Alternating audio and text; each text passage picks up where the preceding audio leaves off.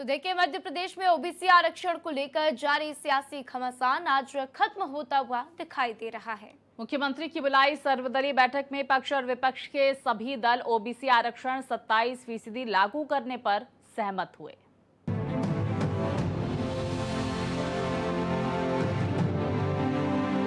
MP में OBC आरक्षण 27% करने को लेकर लंबा विवाद होता रहा है और मामला कोर्ट में भी गया, लेकिन अब मुख्यमंत्री मोहन यादव ने सर्वदलीय बैठक बुलाई, जिसमें बड़ी सफलता ये मिली कि सभी दल एक सुर में ओबीसी आरक्षण को 27% करने पर सहमत हो गए। यानी अब कोई दल इस फैसले के खिलाफ नहीं जाएगा। सर्वदलीय बैठक हमारी बुलाई गई थी, जिसमें भारतीय कम्युनिस्ट पार्टी, आप पार्टी, समाजवादी पार्टी, भारतीय इंडियन कांग्रेस, भारतीय जनता पार्टी, हमने सबने मिलकर के हमारे राज्य के ओबीसी वर्ग के आरक्षण को लेकर के जो सुप्रीम कोर्ट में प्रकरण चल रहा है, जो हमारे होल्ड ये जो 14 और 13% के अभ्यर्थियों का प्रकरण चला है, तो 14% क्लियर हुए, लेकिन 13% पेंडिंग है।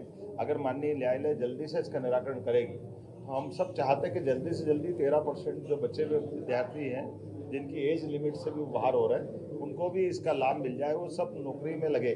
कुल मिलाकर के कई विभागों में जिनमें आरक्षण नहीं था वह भर्ती भी करी है, लेकिन अभी जो एक भी बच्चा बचने नहीं पाया, ये सभी दलों की भावना है।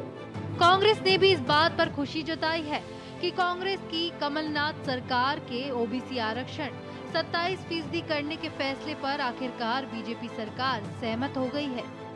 कमलनाथ जी के बाद चाहे शिवराज जी हो, चाहे मोहन यादव जी हो, जब उन्हें लगा कि ये वोट हमारे हाथ से छटक जाएगा, ये ओबीसी का वर्ग जो हमको वोट देता है वो छटक जाएगा, तो ये सिर्फ राजनीतिक रूप से वोट छिटकने के कारण इन्होंने दबाव के अंदर इसकी कांग्रेस की जो मांग थी उसको इन्होंने मंजूर किया। सर्वदलीय बैठक में समाजवादी पार्टी भी शामिल हुई। समाजवादी पार्टी ने भी सर्वदलीय बैठक में बनी सहमति पर खुशी जताई, लेकिन ये भी कहा कि कांग्रेस और बीजेपी के ओबीसी विरोधी रवैये के कारण ही इस फैसले में देरी हुई। कि आप बहाना ले रहे हैं कि अब जातिगत जनगणना शुरू होने वाली है, तो उसके बाद चीजें आ जाएंगी। तो जातिगत जनगणना आप 29 तक लेके जा रहे हैं। पिछड़ा वर्ग का तब तक क्या हाल होगा, वैसे ही अभी तक नहीं मिला है। तो दोनों जो पार्टियां हैं, इनकी मंशा ठीक नहीं रही है पिछड़े वर्ग को लेके।